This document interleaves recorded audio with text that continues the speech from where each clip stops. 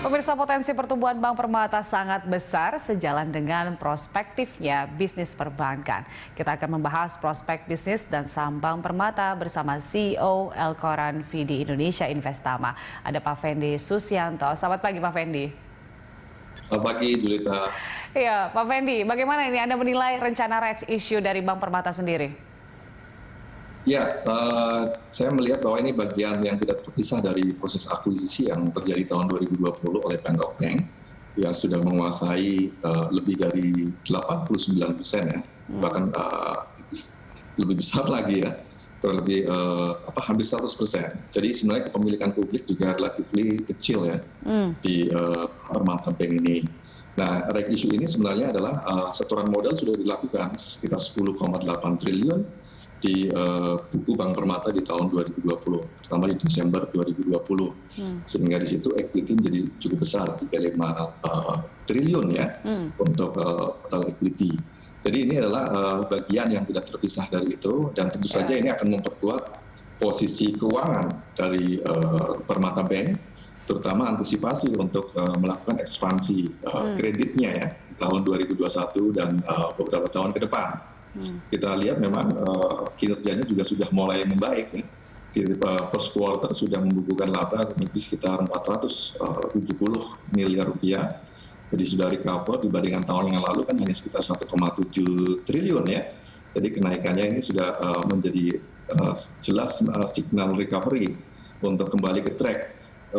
Biasanya kalau secara rata-rata laba bersih dari Permata Bank ini ada pada kisaran mungkin antara 1 sampai dengan 1,5 triliun untuk setiap tahun buku ya, untuk periode tahun 2017 hingga tahun 2019, kalau begitu. Baik, artinya memang aksi dari rights issue ini sendiri harusnya tidak hanya sekedar untuk memenuhi aturan begitu, dan kemudian bisa melakukan aksi lain untuk bisa ekspansi dari bank itu sendiri gitu Pak Fendi. Ya jelas ya bahwa tidak hanya sekedar untuk comply dengan aturan, karena CAR-nya juga sebenarnya sudah sangat tinggi, sekitar 35%-an ya, itu untuk CAR, kemudian untuk Tier 1 mungkin sekitar 26%-an, jadi lebih dari mencukupi. Jadi ini untuk antisipasi pertumbuhan kredit.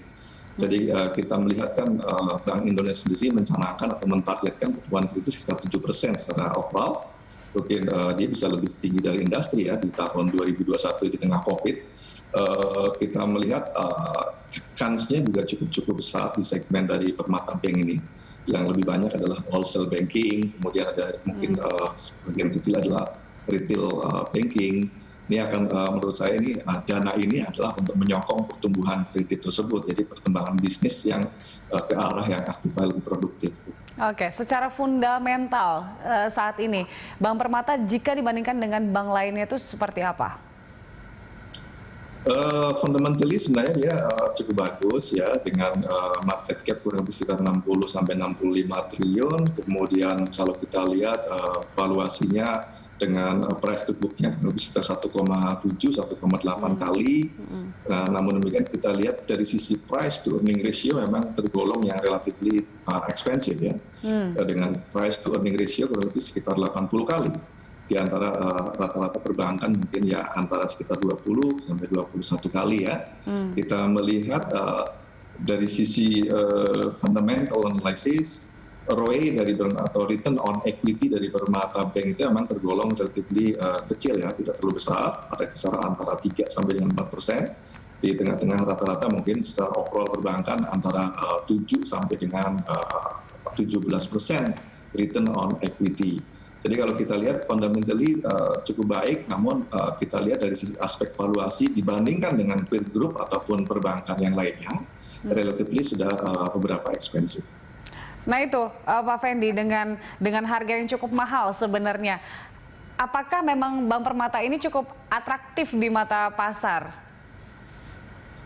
Ya, sebenarnya kalau dilihat dari kacamata pasar, sudah tergolong mahal ya dari sisi valuasi di harga pasar. Namun kalau kita melihat dari sisi kepemilikannya, nampaknya ini juga tidak terlalu banyak berpengaruh karena memang Bangkok Bank menguasai hampir 100% ya dari kepemilikan yang ada di publik pun dimiliki oleh dia. Jadi kepemilikan publik mungkin kecil sekali, bahkan di bawah 5%. Jadi tergolong dia tidak terlalu banyak dampaknya terhadap pasar. Memang kita lihat Bangkok Bank lebih dominan dan kemudian direkisu juga dia akan berlaku sebagai standby buyer. Bahkan dia sudah menyatakan kesanggupannya ya untuk menjadi standby buyer dari proses HMRTD yang ke-9 ini. Jadi relatively buat pasar itu sebenarnya kurang begitu atraktif dari sisi retail investor. Namun nampaknya ini sudah diantisipasi karena memang kepemilikannya tergolong kecil sekali. Oke, artinya sebenarnya masih ada strategi lain yang dilakukan oleh Bank Permata untuk bisa menarik para investor. Kira-kira apa itu Pak Fendi menurut Anda? Ya sebenarnya investor sekarang ini ataupun secara fundamental ya, kita kan lebih banyak perbankan itu harus menyentuh ke milenial investor yang memang dia akan sangat dekat sekali dengan digitalisasi. Jadi artinya strategi digitalisasi perbankan inilah atau digitalisasi layanan terutama ya, juga produk-produknya itu akan banyak menjadi hal yang trigger menjadi value driver bagi investor. Karena perbankan kan memang dari dulu bisnisnya adalah sama, tapi ada kebaruan-kebaruan yang mungkin dia akan memperoleh misalnya additional fee-based income, kemudian adalah perbaikan services ya, dan berbagai hal selain proses-proses kredit dan proses-proses perbankan yang lainnya yang memang harus improve ya. Jadi kita melihat memang digitalisasi akan lebih banyak menjadi trigger bagi investor ya, bahwa dia menarik untuk menjadi saham pilihan. Iya, apalagi sudah tahun 2021 ini kita sudah melewati pandemi, sepertinya kita semua ada yang mungkin masih konvensional tapi secara terpaksa harus gunain digitalisasi perbankan gitu ya Pak Fendi ya. Ya, betul. Iya. Nah, untuk penyaluran kredit, seberapa penting sih sebenarnya penyaluran kredit ini bagi sebuah bank khususnya untuk Bank Permata? Ya, buat perbankan atau secara spesifik Bank Permata, pertumbuhan kredit ini kan memang menjadi core business ya di perbankan ataupun Permata Bank sendiri. Tahun 2020 itu pertumbuhan kreditnya kurang lebih sekitar 6,6%, Permata Bank ya, dengan kreditnya sebesar kurang lebih 117-118 triliun. Ini akan menjadi engine bagi pendapatan bunga ya, ataupun menjadi engine dari net interest margin buat perbankan Permata Bank sendiri. Tentu saja apabila dikembangkan di tahun 2021 yang memang kita notabene-nya sudah mulai tumbuh ya dari COVID ya.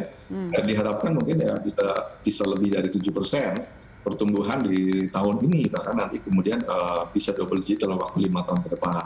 Ini akan mempertebal yang disebut net interest margin, dan kemudian juga akan mempertebal yang kita sebut dengan namanya net income yang nanti di bottom line dari perbankan. Jadi penting sekali karena itu sejauh ini memang dalam waktu COVID ini rata-rata perbankan itu dia mulai turunkan pertumbuhan kredit, jelas itu kan terpengaruh dari bisnis itu sendiri, dan dia beralih kepada instrumen-instrumen keuangan seperti misalnya repo purchase agreement, kemudian ke instrumen keuangan yang lainnya, ke obligasi dan lain sebagainya. Tapi kan pada akhirnya juga nanti akan kembali lagi pada core bisnisnya, itu adalah pertumbuhan kredit itu sendiri. Oke, baik. Pak Fendi, kita masih akan lanjutkan dialog kita usai jeda. Pemirsa tetaplah bersama kami di Corporate Action.